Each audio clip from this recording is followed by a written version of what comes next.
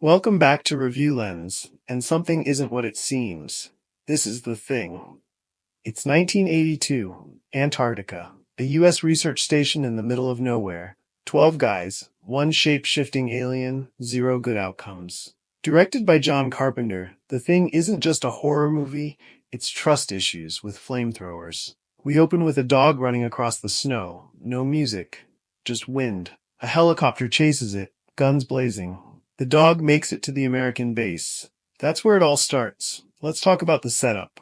This crew isn't glamorous. They're scientists, mechanics, cooks, guys stuck together in sub-zero isolation, no contact with the outside world, no backup. And when the Norwegian chopper crashes, they're left with two things: the dog and the questions. One by one, they figure it out. The dog isn't a dog. It's something else. Something that can imitate anything it kills.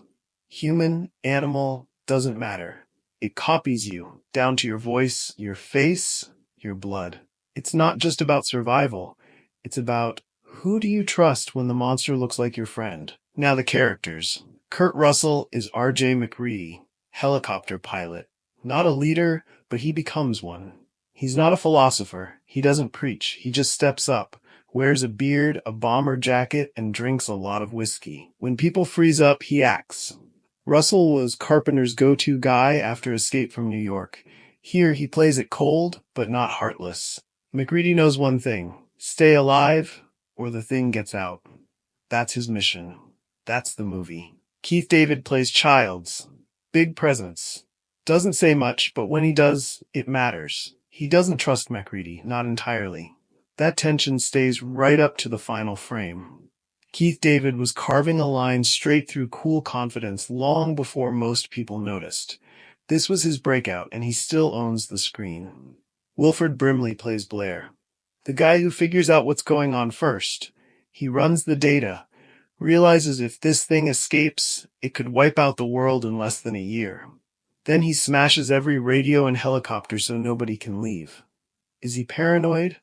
Yeah, but maybe he's right. At first, they quarantine him in the tool shed.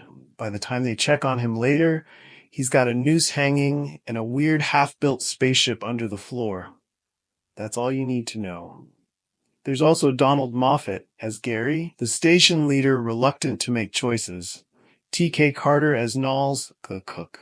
Richard Dessart as Doc Copper. David Clennon as Palmer, who gets one of the nastiest reveals in the movie.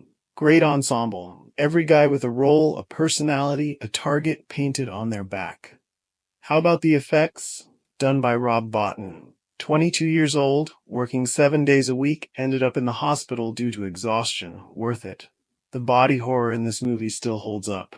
The dog scene, the chest defib scene, the spider head, all physical builds, no CGI, just latex, wires, and pure nightmare fuel. Let's talk about that blood test scene. 6 men tied up, one at a time, testing blood samples with a hot wire to see who reacts. It's slow, silent, then boom, total chaos. No jump scares, just built-up dread, and then bodies start changing before your eyes. And then, the ending. By morning, the place is burning. Everyone's dead except 2, MacReady and Childs. The alien might be gone, or maybe it isn't. They sit by the fire, surrounded by flames and cold. No music, no exit plan, no answers. MacReady hands Childs a bottle of scotch. They stare at each other, and that's it. So who's the thing? Carpenter never confirms anything. People still debate if Childs was infected. Some say the bottle was a test. There's no alcohol, just gasoline, and MacReady watches to see if Childs drinks it. Others say they're both human, or both infected, or that it doesn't matter, because they're both going to freeze either way. Maybe the scariest answer isn't who's the thing. It's that nobody will believe the survivor either way. This isn't a happy ending. This is fire, suspicion, cold, and waiting to die. And it still hits. Back in '82, critics didn't love The Thing. That same summer, E.T. was in theaters. Everyone wanted friendly aliens. The Thing, too bleak, too violent. Audiences didn't get it, not yet. But over the years, it became a classic. Not because it tried to be, but because it left a scar. This one holds up. No cheap tricks, no stupid decisions. Just men hanging by a thread, trying not to lose their minds, while something walks among them wearing a friend's face. That's the thing. And maybe the only thing scarier than the monster is not knowing who still has a human heart.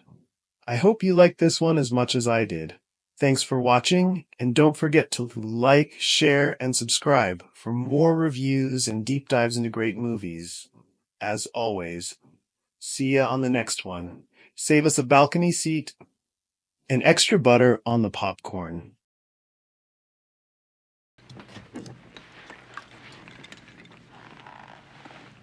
I don't know who to trust. I know what you mean, Blair. Trust's a tough thing to come by these days.